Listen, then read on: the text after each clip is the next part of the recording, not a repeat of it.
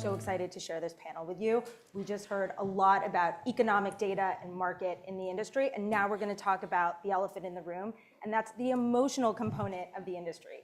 So many of us work with our collectors who are deeply passionate about their collections, and they take such a personal touch to this, and we know that emotion is throughout this industry, and I think that that is what this panel will touch upon, and we're so excited to give you a cross-selection and view across the United States with a panelist from California, a panelist from New York, and a panelist from Florida. So I'm going to introduce them now and get started. So first up, we have Alyssa Rower, who is the founding partner of Rower LLC here in New York City. She has been exclusively practicing matrimony and family law since 2008, and her priorities are providing unsurpassed service and guiding her clients through difficult transitional times. Next, we have Samantha Klein, a partner at Withers Bergman LLP in California. Samantha has over 20 years of experience counseling high net worth individuals through their complex matrimonial issues. And last, we have Daniel Lipschitz, who's a partner at Aronson, Majewski, and Sloan. Daniel handles complex and contentious domestic and international disputes in Florida and New York, and he's a highly experienced litigator and very regarded for his accounting acumen. So let's kick it off. Daniel, I'm going to start with you. For the audience, can you tell us what is the difference between marital and separate property, and how does this distinction apply with respect to art? So thank you for that warm introduction. Nice to see everyone today. Thank you for having us. So obviously every state is different. You have to, depending on where you are located, is going to govern essentially what laws apply. But essentially across the entire United States, there's two classifications of property when you're thinking about it in the context of a marriage and then ultimately divorce: marital and separate or non-marital property. Separate property, essentially anything you come into the marriage with, anything that you receive as a gift or an inheritance, or things that you define in a premarital agreement or perhaps some type of agreement during the marriage. Everything else is essentially marital property. Anything that you earn and save during a marriage, anything that you acquire during a marriage is considered marital property that would be subject to distribution if you ever got, unfortunately, divorced. Non-marital separate property is not. How does that factor into art? Interesting, because art is one of those things that usually has a lineage, either from when you receive it, when you buy it, and so the way that art is usually classified is when you obtain it. And so when you enter into a marriage, if you have premarital property, such as art, then that is easily classified. If you acquire it during a marriage, it's important to keep records and make sure that if you ever were to get divorced, that you have the ability to classify it. So I think what we're saying is there's this period of what's before the marriage, during the marriage, and understanding the delineations between the two. Yes. So Samantha, looking to you, how does that classification of property vary in California, for the most part, compared to other states that we're discussing today? I mean, California and Florida, good morning, everyone, by the way. California and Florida are actually very similar. There's, instead of marital property, we use the term community property, and then there's separate property. And separate property is a gift or inheritance or something you had before marriage, or sometimes something very similar that you were confirmed in some sort of marital agreement, whether a premarital agreement or an agreement during marriage called a postmarital agreement. There are obviously some exceptions to what community property is, but a good example of a separate property asset is you're gifted during the marriage a piece of art. Maybe it's from your parents, maybe it's from whomever, right? And it increases in value during the marriage. Is that increase in value during the marriage community property, or is it separate property? And the answer is it's separate property because the piece of art was separate property in the first place. So you're able to protect that asset as well as the appreciation in that asset, which is really important. what comes up oftentimes with international collectors is that they live in a very, they live in the UK, they live in Singapore, they live all over the world, and then they come to reside in California. Well, what happens then? Was artwork still divided that same way? Or is it, follow the laws in the jurisdiction where the art was purchased, right? And the answer is that if both spouses are living in California, we're going to divide it under California community property laws. It can be different if one spouse is living in California than another, and one is not. But for the most part, you're able to protect those collections regardless of where the art is purchased. And just to build on that from what Samantha and Daniel noted, so what Daniel first said is that every state's law is different. So you have 3 out of 50 states here. And what's really important for collectors to know is what Samantha said. It's where you're living at the time of a divorce that dictates the law that's going to apply to your divorce.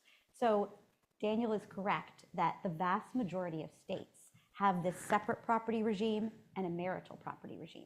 But there are a handful of New England states, I don't know why New England, but Massachusetts, Connecticut, Vermont, amongst others, that are all property states, which means that everything in your name, even if you had it prior to a marriage, even if you had it, received it via inheritance, if it's in your name, it is going to be in the marital pot. So one thing to note, especially with couples who are moving all over the place, is that title might not be dispositive. When you acquired it, the source of how you acquired it might not be dispositive if you get divorced in Connecticut, for example. Even in New York, where we do have separate and marital property distinctions, it can be incredibly difficult to determine, especially with art, whether or not it's marital or separate property. So in New York, the presumption is that property is marital property. And as Daniel said, if you bring it to the marriage, it's separate property, or if you receive it during the marriage from a third party, it would be considered separate property. But the burden is on the person who is asserting that it's separate property to prove that it's separate property. So how do you do that? And one noteworthy item is that even if, let's say, I inherit money during a marriage, and then I put it into a joint investment account, I'm transmuting it and making it marital property. So while it seems simple on its face, this distinction between separate and marital property, in actual application, and why divorce lawyers are hot commodities often in a divorce, and why we have a lot to argue about, is that in actual application, it is incredibly difficult. People don't often save records of this was the source of this acquisition. Here's the money I used. So why is art more difficult? Well, title is not often apparent. So even though title might not be dispositive in as much as you cannot make something that is marital separate by moving it into an account in your sole name.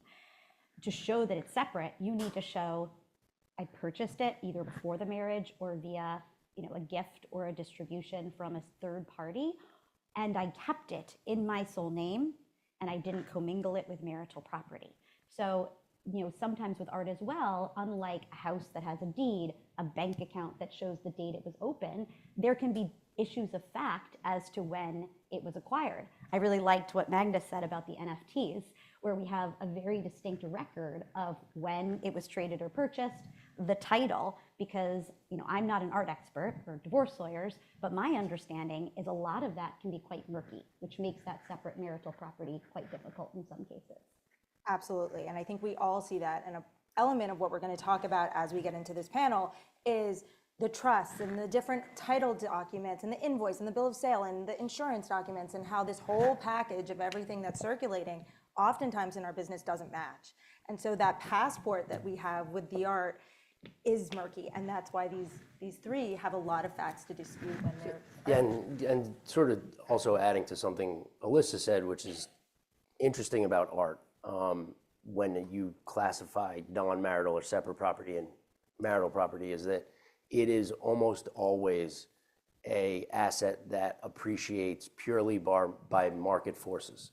So when you talk about, as Alyssa was saying, you want to essentially trace when you receive the property so that you can prove whether it came in during the marriage or prior to the marriage.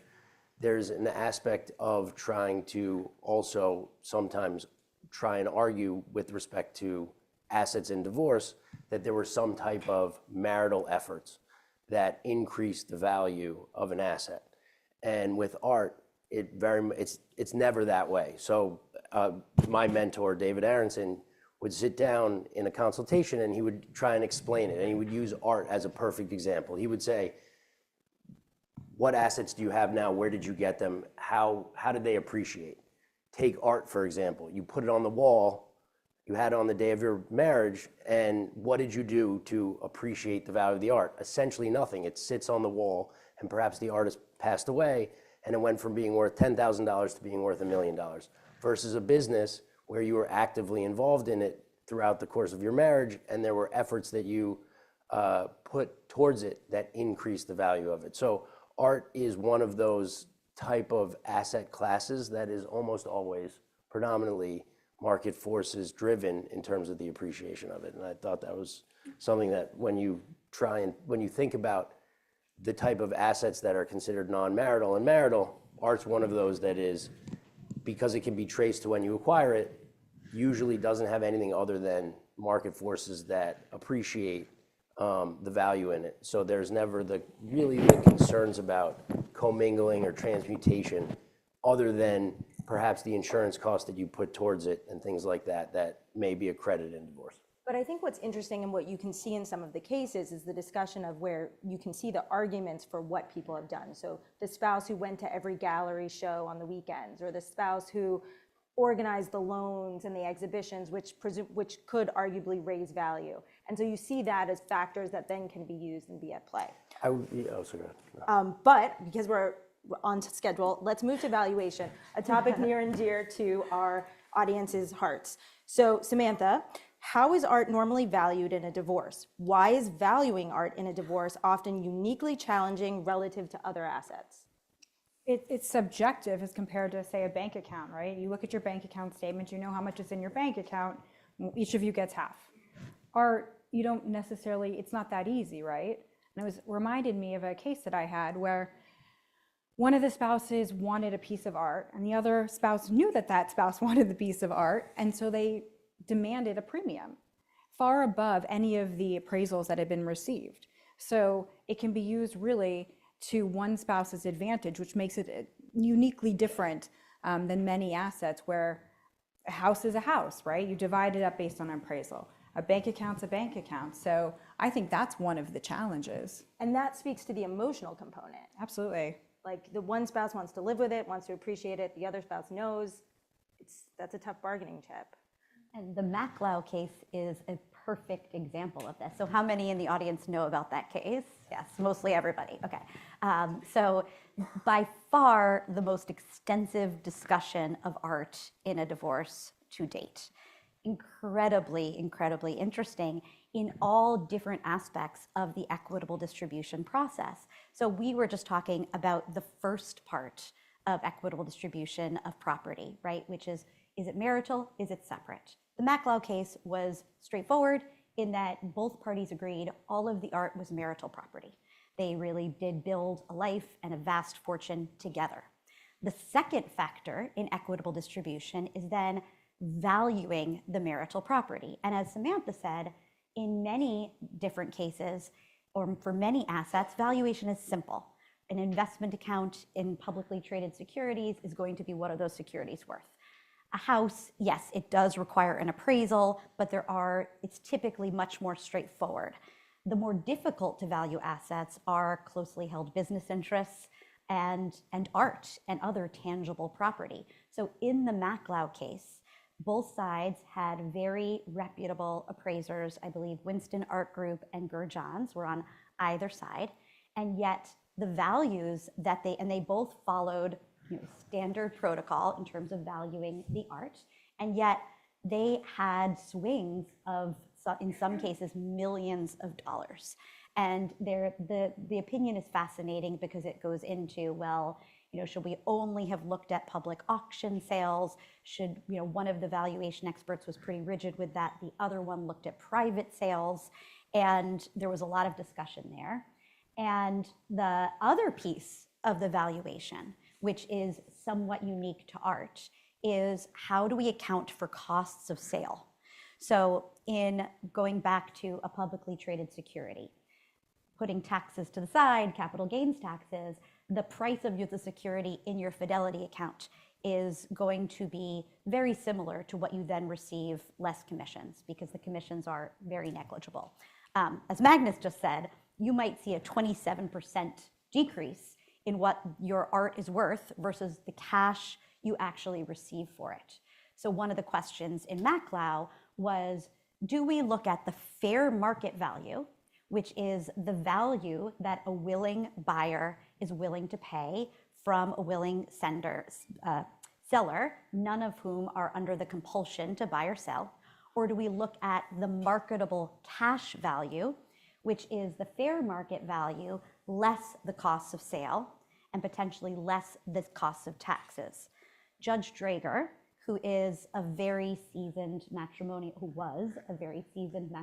attorney who has since retired, who wrote the decision in MacLau, decided to use fair market value. Not surprisingly, Linda MacLau, who wanted to buy out the art, wanted the marketable cash value, the lower value, so that she could pay Harry less for the art she wanted to keep, and Harry wanted to use fair market value.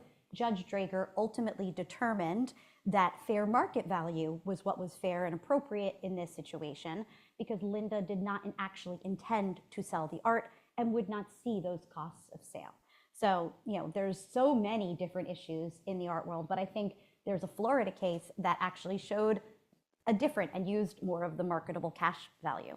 So each state, and again, going to why it can be such a confusing mess for collectors who have homes in various jurisdictions, is you might see different opinions in different states about how to appraise art and the different methodologies, and then also, do we cost affect it and tax affect it or not? So on that, Daniel, Samantha, what do you think from your respective jurisdiction, since MacLau is New York, what's the interplay there? What do you think? I think the evaluation of how it works is very similar. I mean, how is it going to be appraised? Is it part of a collection? Is the collection more valuable than the individual pieces? I think that I agree with everything Alyssa said and the complexities of it, really. Yeah, and I think, again, you have 3 different states up here, and each state is different. But I know from the 3 states that are up here, the approach to valuing assets is consistent, which is essentially fair market value, willing buyer, willing seller. There is always the argument when you are trying to retain the asset that the cost of sale should be considered, the embedded capital gains, the potential closing costs. However, a hypothetical sale is almost always disregarded by a court. They say, unless there is a sale that you can say what the actual trade is, the actual value that's set by a willing buyer and a willing seller, there's no way other than using the tax rates applied to this hypothetical sale and perhaps what you would pay in closing costs or a broker or things like that, that would translate into the ultimate value. So frequently when you're in the divorce process, you have one person who's saying, I want to retain an asset, and the other person saying, perhaps, I want to sell it. And the person that says they want to sell it sometimes has some greater leverage because they know that they can essentially get a better bargain because the person that wants to retain the asset may pay a premium. And there is this frequent argument that hypothetical costs of sale should be considered, but they are frequently not. So marketable cash value as an appraisal tool often does not win the day. Fair market value carries. Yes. So I think that's an important, relevant takeaway. Moving to the next point, which is important in Florida, Daniel, can you explain the role of the fiduciary accountant and the accountant's role in the divorce proceedings from a Florida perspective? Is that you or me? I don't know. This was actually, for me, the biggest difference as I transitioned my practice from New York to South Florida was that in New York, very infrequently, you are using accountants other than for the purpose perhaps of a specific valuation issue or perhaps a lifestyle analysis or something along those lines. In Florida, it's much, much different because you are frequently having mini trials within a case, and you have to have someone testify on your behalf or your client's behalf who has the acumen, who perhaps isn't the spouse who doesn't know credit card statements or financial documents or how to explain coherently what their lifestyle is. So from the beginning of a case, essentially in Florida, you're retaining an accountant. Accountants are a big component of Florida divorces. It just is what it is because you want somebody who has that acumen, who has the ability to explain things clearly to a judge in a very short period of time and try and win your case or put your position forward in the most cognizant way. When we were talking on our panel, it's not in every state that happens, and there are appraisers and professionals in the room that may not know that in Florida it is a very accountant-focused state. So the relationships that people establish in different professions with accountants can be quite valuable because the accountants are usually the ones who are saying, we need to value this. We need to, I have a resource. I know somebody that is good at doing things like this. And so when we were planning for the panel, the reason that I think I was keyed to talk about this is that for those of you who don't have relationships with accountants in Florida or do work in Florida, it's certainly in terms of a networking or to expand your reach, it would be a good thing for I think the professionals in this room to do because the accountants are quite useful and a major resource in Florida divorces. And what do you mean by, we were trying to give practical tips from an appraisal perspective, so that was one of them.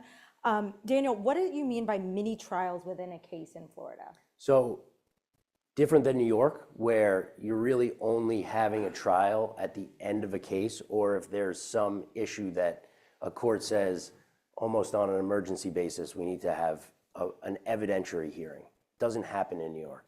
I can't really speak for California, but in Florida, you have trials all along the way. So if you say, I need to sell something, or I need support, or I need counsel fees, you are able to say to a court, give me a hearing. And it may not happen the next day, which is different than New York in that you can't get into the courtroom as quickly in Florida. But once you do get into the courtroom, you're able to have an evidentiary hearing.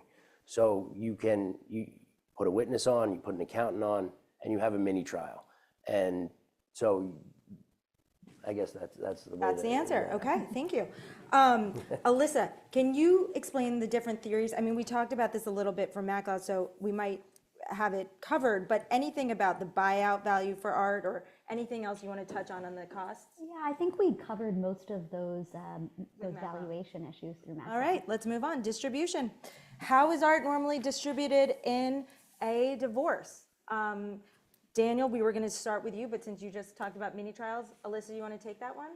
Sure. So going back to the MacLeod decision, but backing up and generalizing even further, there are, as we talked about, the 3 steps for the distribution of property in a divorce. So we touched on the first, is it marital, is it separate, in states that distinguish between the two. Second, valuation. Third, distribution of property. So one of the issues, and something Amanda touched on in the beginning, is if you were in a state like New York, unlike California, Samantha will talk about California, we are an equitable distribution state, not an equal distribution state. So that means that assets do not need to be split 50-50 equally.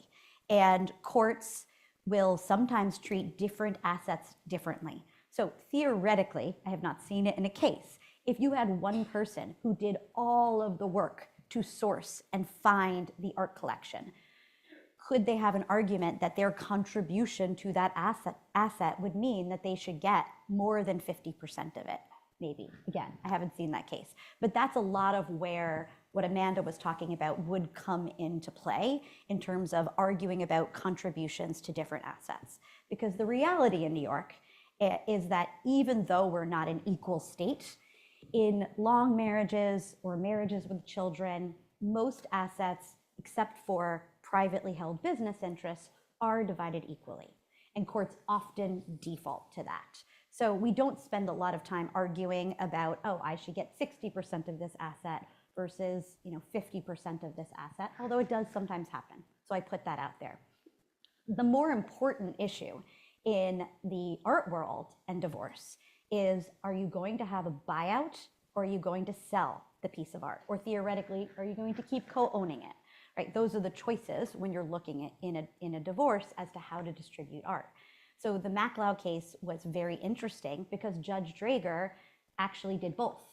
So for the pieces of art where there was a very, very, very long list of art, and for the pieces where the two competing valuation experts either agreed on the value or came very close, Judge Drager just averaged them, which is not typically done, but she argued that that was the right result in that case, and then allowed Linda MacLeod to buy out her husband and keep those pieces of art. Even though I believe the value of the art she was keeping was about $500K, there were a lot of pieces, but it was a relatively small piece of it. For the rest of the collection, the judge ordered a forced sale of the art, even though Linda, what she wanted after that trial was to be able to buy out her husband at her values. The judge still ordered a forced sale. So what is a forced sale? A forced sale is exactly what it sounds like, where a judge says, I am ordering that this asset is sold. It does happen in divorces when parties can't agree, for example, on the value. So you'll sometimes see a forced sale of a home if you can't agree on who will buy out whom or what the value of the asset will be. And for the majority, some newspapers claimed it was all of the art collection. That's incorrect. As I just said, there were some pieces where Linda did buy out Harry's interest, but for certainly the majority of the value of the collection, that was sold. And to date, it was the largest private sale as of that time. And I believe it came in at north of $900 million. And the reason that Judge Drager gave to force that sale is because of the difference in value, and also because it was one of the largest marital assets and the parties needed the liquidity. So that was a big part of it, that there was a huge lifestyle, huge expenses to keep up, and many other assets to have a buyout or division of, and it would have been difficult to do that if Linda were allowed to purchase her husband's interest in all of the pieces of art. So there are advantages and disadvantages to having forced sales in cases. And certainly for your clients who have huge sentimental value for art and huge emotion, a forced sale can be absolutely devastating. It can also be devastating for the artists themselves. Yeah. I'm involved in a case right now where essentially a forced sale, one of the parties is arguing that will completely devalue the artist's work themselves, because you acquire a certain number of specific pieces and you're not supposed to. I mean, I'm not an expert in this, you guys are much more versed in it, but the things that are being said are in essence, you can't just force an immediate sale because of the impact that would have potentially on the value of not just your artwork, but the artist's reputation and the artist's other artwork. A lot of the times in appraisals and in these valuation discussions, we'll talk about a blockage discount. And that goes to the point. If you have a block of one artist, you really collected, I don't know, Damien Hirst or whomever, and then you have a forced sale in a divorce, those are the types of arguments I think we would see, and those are what would come up in a valuation by the appraisers. Yeah, we're at the point in our discussion where we're talking about distribution. I think when conceptually, if you want to think about how property is addressed in divorce, you take the 3 steps that we're kind of talking about. How is it classified? How is it valued? And then how is it distributed? I think that when you go to that first step of classification, if it's non-marital or separate property, it's going to the party that is the title holder and nothing else happens. But if it falls into the classification of being marital property, then as we were talking about, you value it and then ultimately distribute it. And there are, as we've sort of touched on, the implications and the different positions that you can take vis-a-vis a distribution. Just to add one point to that, I think that one of the things we haven't talked about is not just the collector, but the artists themselves. In terms of the sale of the asset, whether it's separate or community, it's the same process, the 3 steps. But what if a sculpture is not done yet? What if we don't know how much more there is to do with it? What if there's a sketch of an idea, but there's not anything that's been produced from that sketch? What if there's just an idea? How do you value any of those things? What is the value? Well, to the artist, it's that this could be their future, pivotal work. To the spouse, they see value, and they want a chunk of that effort because it came from efforts during marriage. So you really have to distinguish between those 2 situations because you have to approach them from completely different angles. You are the artist, you've created things, pieces of art during the marriage, or you're in the process of doing, what happens then? And Samantha, that's such a good point. And what about the IP? So there's the physical art, there's the IP, you have maybe one spouse, a lot of times artists are married to each other. So, and maybe liquidity is an issue. I don't think we have a case where we had a forced sale for 2 artists whose inventory we were dealing with, but you can imagine the issues that would be at play in such a situation. There's also the difficulty with assets like art in essentially tracing it, because unless you have the records, to actually find the inventory or the actual pieces, there's a lot of mischief that can happen in a divorce as to exactly where the pieces are, whether they still exist, when they were acquired, and things like that. And it does present a difficult issue in a divorce process, trying to make sure that you can identify all the artwork that exists. Of course. Okay. So the titling issue, we have a little segue now, and we wanted to move from these perspectives to understanding how we can mitigate art risks in a divorce. And some of the tools in our toolbox are things like prenuptial agreements, planning as part of your estate planning, smart lawyering generally. So I wanted to say, I remember talking to Samantha while we were planning, and Samantha said something about a story about how people can hold things, et cetera. So in LLCs and different structures, instead of just going out and selling as part of a divorce. So Samantha, I wanted to give you the ability to talk a little bit about that anecdote to kick it off. so I had a case where there were smart lawyers who were involved, and there was a significant art collection, and instead of holding it in their individual names, they held it in the name of an LLC. That's a good reminder of that story.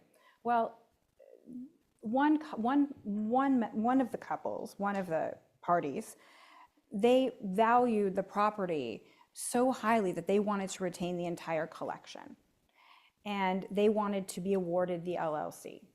And what was so significant about this and unusual was that the house, the family home, is where most of the artwork was being stored.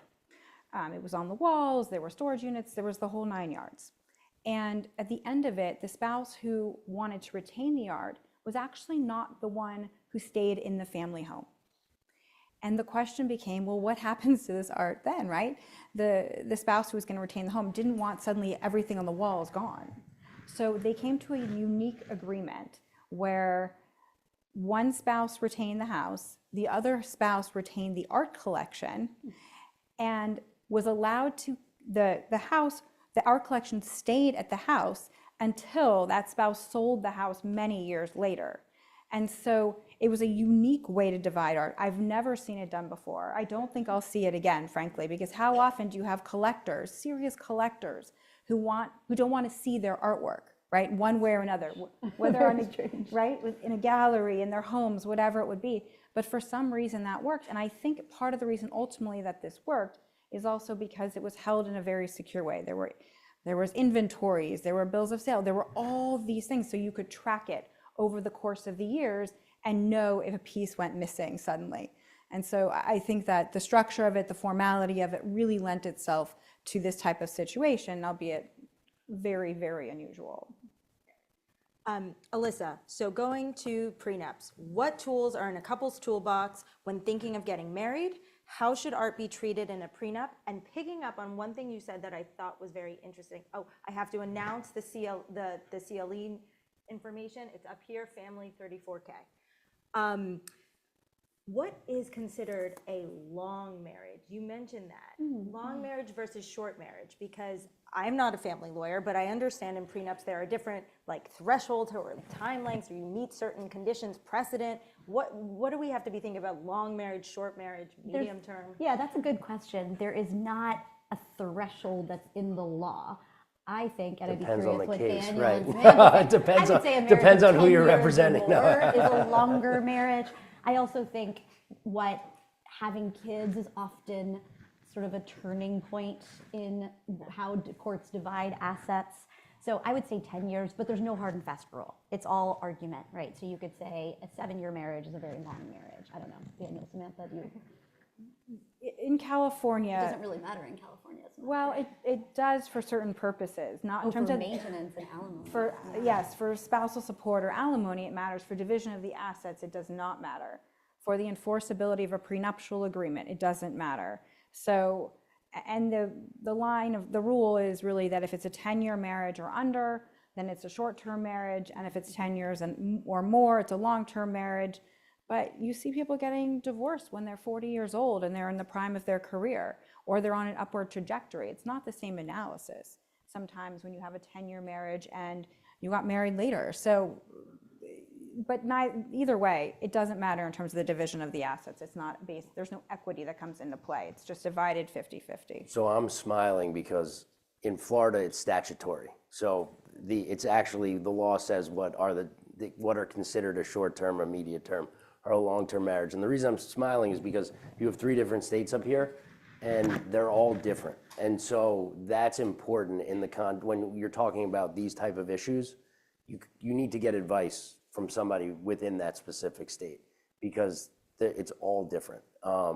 So that was, as you know, I talked about a little bit, transitioning my practice or being in a 2-state practice, New York and South Florida, you understand the nuances, because you can't just say, well, how do I think about it under this, the way that I was taught in New York. You really have to understand the state-specific issues and state-specific statutes and how it applies. So I think that's important for, the entire group to understand that it really is where you are situated, and where, if you're going to get divorced or you're going to do some type of prenuptial agreement, which we'll talk about in a second, you have to get advice from that specific state lawyer. Yeah, and so going to, I think we may have scared a number of you about all the complications of a divorce. And so what are the solutions? Well, a prenup or a postnup, it doesn't have to be before the marriage, is a really, really excellent tool. So a prenup entered into before the marriage, postnup can be identical, but entered into after the marriage. In New York, both are enforceable, and both are excellent ways to be protective and to have clarity and not to have an absolute mess of a divorce. So going to those 3 stages of equitable distribution, a prenup can address all of them. So a prenup can very clearly state what art or what any asset is going to be separate and is going to be marital. And then it can have a very clear mechanism for how we value the marital property. Do we take out costs of sale? Do we keep them in so that there's no argument? And then it can also dictate, well, who gets to keep any type of marital property? Who has the right of first refusal? How do we determine whether a piece of art is going to get sold? And you can be as specific and as detailed as you want to be. One thing to note, another case in New York, Anonymous versus Anonymous from 2017, is that even if you have a prenup, you need to be incredibly careful about how you define terms. So who's heard of the Anonymous case? Anyone? Oh, okay, good. So in the Anonymous case, there was a dispute about art when there was what I call a title controls prenuptial agreement. So in a title controls prenuptial agreement, unlike the default law in New York, it's not about the source of funds to acquire an asset, it's simply about title. So that dates back to prior to 1980, when the only thing that mattered was the title of an asset. So as I was just saying, in New York, you can't make something separate property by just taking your earnings and putting it into an account in your sole name. It's still marital property, regardless of whether you're in Florida, California, or New York. But if you have an agreement that says we're only going to look at the title of the asset, then that is what is dispositive upon a divorce. Well, in the anonymous case, there was an extensive art collection, and there was a title controls prenup. But the problem was that it was not clear how certain pieces of art were titled. And therefore, there was litigation over whether that art, even with a prenup, was separate or marital property. And the appellate division ultimately ruled that how it was listed on the invoice was not dispositive, and instead there was to be a detailed fact-based inquiry into each piece of art, which obviously that goes against the intent of having a prenup and keeping everything very clean and easy. So it's also super important in a prenup or a postnup to make it clear with an asset like art, well, how are we determining title? So you could say, I now, because of that case, in my prenups, I actually say, if there is any dispute or if it's not titled, we will look at the invoice, bill of sale, and source of funds to acquire. If you did a prenup that instead of having that strict, what's mine is mine, what's yours is yours regime, and did something that more mirrors the law, you can state, again, going back to let's simplify the classification process, you can say that anything you purchase during the marriage, if it's under a certain threshold, is going to be marital property. So you don't get into those arguments of, well, I used, X amount of my, inheritance to purchase this piece of art. So we'll typically have a threshold so that people can buy very valuable pieces, but you might say, well, anything under 10K or 20K is presumptively going to be marital property. So the beauty of an agreement is that you can make it incredibly bespoke. And if you have clients who are very heavily involved in the art world, you can specifically address individual pieces of art in the prenup and who gets them, how they're valued, whether or not, and to avoid the situation of having a forced sale if somebody doesn't want a forced sale. You could say that the art will be co-owned or put into a trust for the children. You can do anything you wish to do. So if there's one takeaway from here, it's hopefully if you have clients with extensive art collections, that they should be really intentional and deliberate about how they plan for it and thinking about it upon divorce or upon death. And from a human perspective, given these conversations are so hard, how do you navigate people to have this kind of rational conversation during a marriage as they're collecting art? And what type of collectors do you see that are able to have these conversations and do this type of planning versus people who you think, oh, you should have? How do you counsel clients on this across the board? Hard question. Oh, so back to me? Okay. I'm happy for Samantha or Daniel. Yeah, I was looking at Samantha. I was happy to jump in. Go No, for it. I mean, I think that there's different stages, obviously. There's the stage prior to a marriage and then stage when you're in a marriage. I think prior to a marriage, whether you're a parent or an advisor or somebody who has acquired a significant net worth and has professionals in their life, professionals should be giving guidance and saying these are conversations that you should have. These are communications and ways of thinking that you need to be transparent about. Because if you don't, it can cause problems. And so sort of touching on Alyssa's point about prenuptial agreements, it's like, why? There are certainly situations where prenups are not appropriate, but in many situations they are. So when someone calls me and explains they're getting married and they're thinking about a prenup, you sort of discuss with them why they're doing it. What's the purpose of it? To protect either things that you have, things that you may inherit. And that's, in essence, the purpose of a prenup, to put parameters in a written contract around assets or issues of spousal support, estates, things of that nature.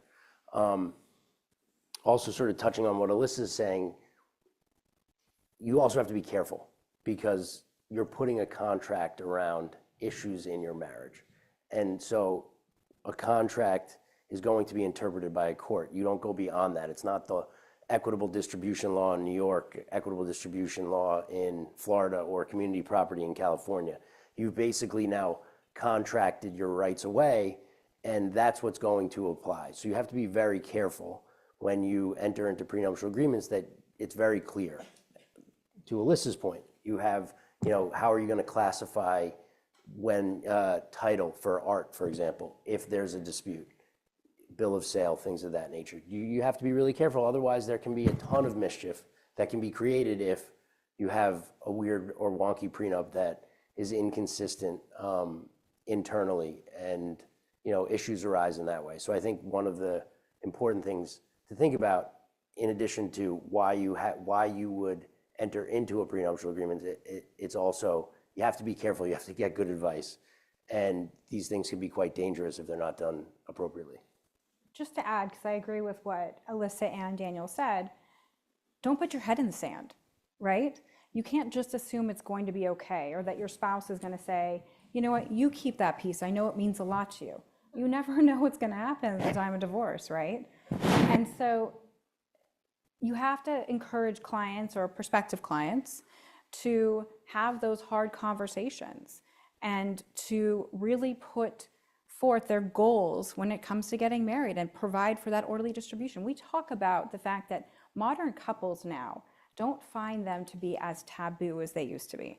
And this is across many cultures all over the world, and so have that conversation, have that hard conversation. Listen to your advisors, listen to your lawyers, listen to your business managers, listen to your accountants, listen to whomever it is who you take advice from.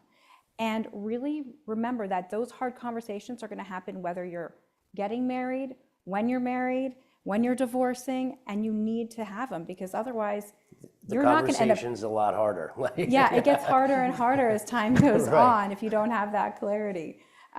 So prenuptial agreements are a great tool to ensuring that you have the orderly distribution, provided it's very clear who takes title or who owns it, regardless of title. Because as Daniel pointed out, what you're actually doing is you're opting out of the law of the jurisdiction in which you are living, oftentimes, when you're entering into a prenuptial agreement. You're saying, okay, this is an equitable distribution state, but that means I may only be entitled to the value of 60% of a painting or 60% of an art collection.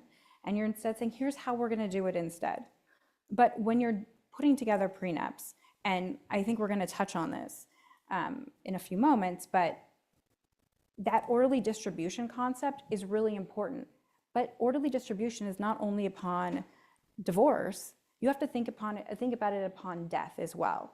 And you have to ensure that both a prenup or a postnup and your estate planning are actually consistent and work together. Because if they don't, that's where problems can arise as well. What happens if you die during marriage and in your prenup it says one thing and in your estate planning it says something completely different? Who's left to address that issue? So this is a good example of where lawyers need to really work together and put together a comprehensive plan that ensures that orderly distribution, because this story that Alyssa shared is a nightmare. What happens?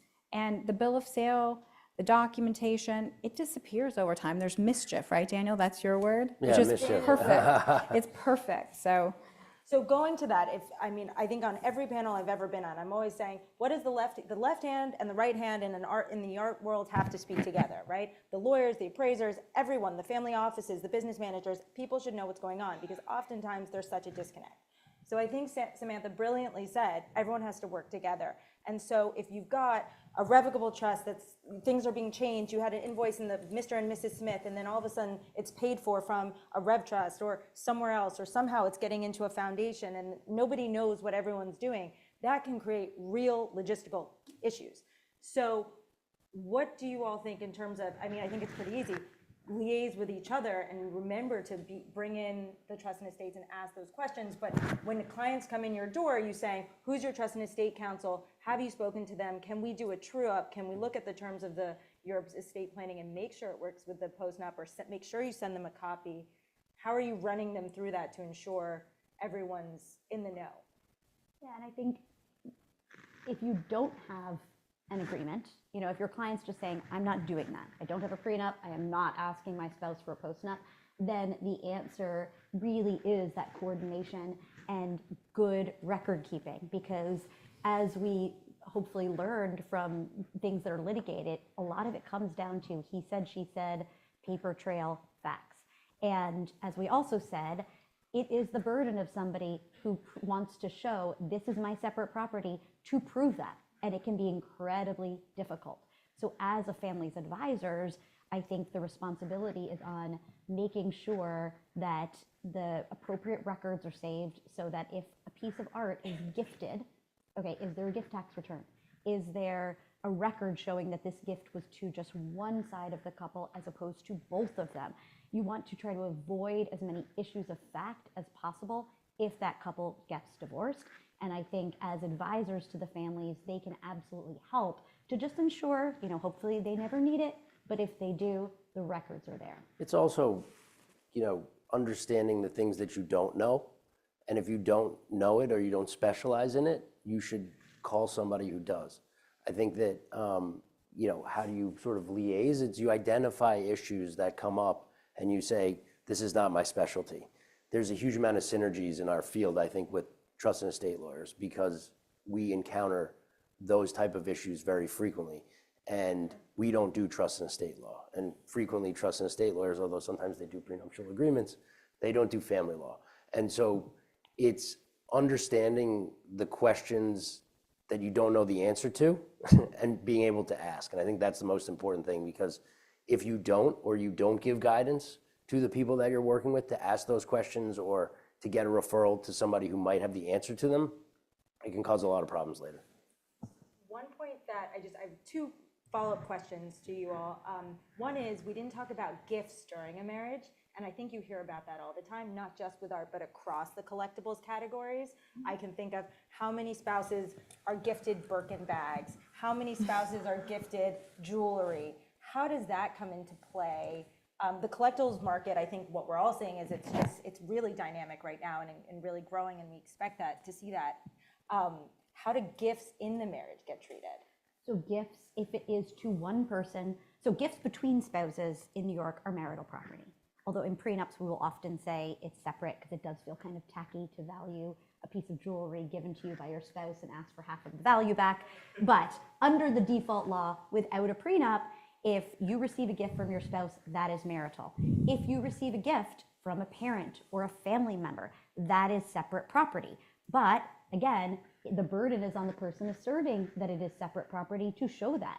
So going to Amanda's question, we've had many disputes and fights over whether something is a gift to both parties or is something a gift to one party, and what kind of documentation do you have for that? So kind of going to what I was saying before, is there a gift tax return? Is there a gift letter? Is there even just a note saying, you know, honey, I want you to have this Picasso because it's your 30th birthday and it's just to you, not to your spouse. Hang it in your, just kidding. But that can often become difficult. So I think counseling clients that if they are gifting art, to make that clear if they don't have an agreement could be really helpful. So I'm involved in a case, I'm waiting on a decision where my client's wife was gifted purportedly a piece of artwork from a artist that she had a relationship with. And Florida or New York, Daniel? I'm not going to say. And to sort of, I guess, deflect some of the arguments that were being made during the case, she claimed that she was the artist's muse. And so this was given to her because, you know, as a gift, because she was a muse and she had, you know, helped the artist and counseled the artist, and she in return received this piece of art, which is quite valuable. And the argument that I made, I'm not sure I'm going to be ultimately successful, is that it wasn't a gift only to her. In fact, it was in consideration for the work efforts that she performed during the marriage, and therefore it should be classified as marital property. The Musin maybe more. Amusing, maybe more. But so anecdotal. I'm not sure how it's going to come out. I don't know that it's the best argument when it says to this person on the back of the piece of artwork. But yeah, it goes to everything we're talking about, which is you want to be careful with especially valuable assets, how you address them, and if they are gifts, which are traditionally, can't speak for every state, I know for the 3 states up here, a gift given to somebody can be excluded. I think in California as well, no? Mm-hmm. Yeah. So you want to make sure that if there is gift giving or inheritances and things of that nature, that it's appropriately papered. So what you're saying is keep all the holiday cards. Yeah, 100%. Keep the holiday gift cards, keep the holiday cards, and the birthday cards. Okay. We only have a few minutes left, so we're going to move into smart lawyering. We all hear about courts being congested. So, Samantha, how busy are the California courts? I think I listened to a podcast and I was hearing people should be looking for alternatives, mediation, arbitration. What should people be thinking about if they want not a long, drawn-out divorce? Don't ever go into the public court system. It is bogged down. There are not enough judges. They're inexperienced in the family court. It's a stepping stone for many judges into other areas. Use private judges to help mediate cases. Use lawyers to mediate cases. You can even hire retired private judges to help make decisions, not just mediate cases. And it's critical, particularly with a high net worth crowd. You know, they don't want necessarily all of their private business to be public. And in California, everything's public, but you can protect families from some of that by using private judges in a variety of different ways. So I think that answers the question. Yeah. And how do you, so for in the case anonymous versus anonymous, how are they able to stay anonymous, Alyssa? That's a good question. It is incredibly difficult to get an anonymous caption. It's not just that you're famous. You have to show that it would seriously harm maybe the children in the action. So what courts often do is they will, if there's something salacious in the decision, they will initial it. So it might be like JR versus, NR or whatever it is. And then anonymous captions, really, really difficult to get. But unlike, and I think this is not like California, in New York, unless it's a published decision, you cannot find out details of filings in New York, which is good. So it's not sealed, but you can pull up captions. Like, when you see the divorces in page 6, you'll be able to find out. It's like, as soon as you file, somebody will say, so-and-so filed for divorce against so-and-so. And then most of what they pull is just from the public record. So you can't get in New York what was in the summons and complaint, or if somebody files a motion in court, you can't get that underlying motion. It's not publicly available. It's only available to the parties and their attorneys. But if something is very sensitive and there's going to be a published decision, it is possible to get an anonymous caption. In California, you can get more than that, right? In California, the concept that you could have anything sealed, it's near impossible. When I Googled California cases, you can find out lots of worth details. Of people. Same in Florida. Totally salacious. It's all details. public. And even in New York with anonymous captions, sometimes that's a double-edged sword. Because if you see, the county clerk sees an anonymous caption, I mean, usually that, they might call page 6 and be like, what's going on? Well, but it is, sometimes you have to be careful as to the relief that you see, certainly in New York, but in Florida and similar in California, everything is public. The power of the media and on the legislature cannot be understated. I mean, look at the TMZs, look at the Us Weeklies. There's a reason why they have so much information. And it's because the media has so much pull. And in California, that means a lot. I mean, it's Hollywood, it's all of those things. And you read it all over. And it's really disturbing, particularly where you're talking about high net worth families, where it does sometimes put children at risk. Mm-hmm. They become targets potentially.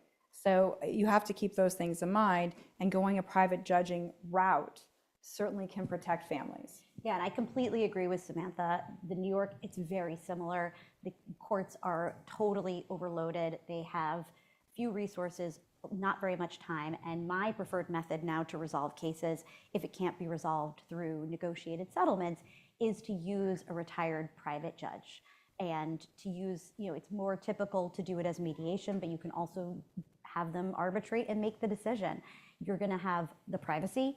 You'll have more time with that judge because they're not dealing with 20 other different matters that day. And it's going to be much more civilized. You're going to have something that you have one full day that is devoted to your case, as opposed to trials in New York. You could have 3 hours one day, and then 2 weeks later, you have an afternoon, and then it's not consecutive trials. So in my opinion, the court system is really last resort. Judge Drager, who decided the Macklow case, she now does private judging. So if you had a case that involved art, she might be a great person to go to because she obviously has an extensive knowledge of that. So if you have clients who have high net worths and can afford the differences, you have to pay for a private judge as opposed to the free court system, but it makes a huge difference. Yeah, I think conceptually, the way I like to think about it, and certainly the way that I counsel clients, is when you go into the court system, it's sort of like a meat cleaver. You're going to get the judge that you get on the day that you get the judge, and they're not going to take their time. I mean, they'll be thoughtful and reasoned, and they're good judges, but they are frequently not going to take the time to very carefully address certain issues, where if you do private mediation or arbitration, you have the ability to sort of have it be more like a surgeon and not a meat cleaver. Take the time to carefully address the issues that need to be addressed thoughtfully, and not have to worry about at 4:30 the courts are going to close, the court officers need to leave, and you're going to lose your court day. You have the ability, I think, and there's a shift. Certainly in New York, it happens in Florida, to doing that in the higher net worth cases, just because it is it's a more careful approach to dealing with these cases. And I think that's what our clients in our market always looks for. We've got these sophisticated clients, they're sensitive information, they're extraordinarily private, and they have some of the masterpieces of our time, and they want to be treated with that type of white glove service. And I think it'll be interesting to see if in this private judge realm, we have this group of private judges who develop an expertise in our industry and are able to address divorces with a lot of sophistication when working through them, in the way we've seen arbitral groups be focused on the art world. So that's something maybe to come. And that ties to my last question, as we only have a few minutes left. Where are we going to be in the next 5-10 years? What are trends coming our way in the divorce world that we should know about in the art world? Open to you, Alyssa. So I think hopefully more prenups, more post-ups, as I think we already mentioned, that is becoming more common, much less taboo, and people can really customize how they want to manage their affairs. I think it will be very interesting to see, even if there are disputes, are those made easier because of the trends in the art world and NFTs, and having more ease with potentially titling art and also understanding its provenance. So Prenups are just becoming more and more popular. It was not just for the high net worth individuals. It's not just for today. It's for the entrepreneurs who have a vision of their future. It's for a lot of different people, and I think that it's just becomes more and more socially acceptable and less taboo as time goes on. So I think that's certainly a trend in our practices, and will continue to be very important for asset protection, because that's what we're really talking about, right? How do we protect these assets? I mean, it's hard to follow those 2 points because they covered essentially, you never know what's going to happen. And things are always changing. And to Alyssa's point a couple times with NFTs, crypto, things like that. There are things that are harder to address because we don't know that they exist. But I think certainly in the almost 20 years that I've been practicing family law, I have seen an evolution into far more collaboration between professionals dealing with planning, whether it's prior to marriage or during a marriage. And it's helpful. I come back to, if you don't know the answer to the question, you should find the person that, give the guidance to the client to find the person that can answer it. Don't ignore it, because ignoring things can make things far more difficult later down the road. And, I've sat in many meetings with many clients where, they're sort of saying, I shoulda, coulda, woulda, if I had gotten that advice, or I had known that, or I had kept records. And, you can't put you can't put that ketchup back in the bottle, which is kind of what I always say. It's like, it is, at this point, it is what it is. You need to move on. But I think that yeah, the trend is definitely moving more towards ensuring that you have the conversations, you collaborate with professionals, you do the appropriate planning. So we're all on notice. I would like to thank my wonderful panelists this morning and the Appraisers Association. Thank you so very much.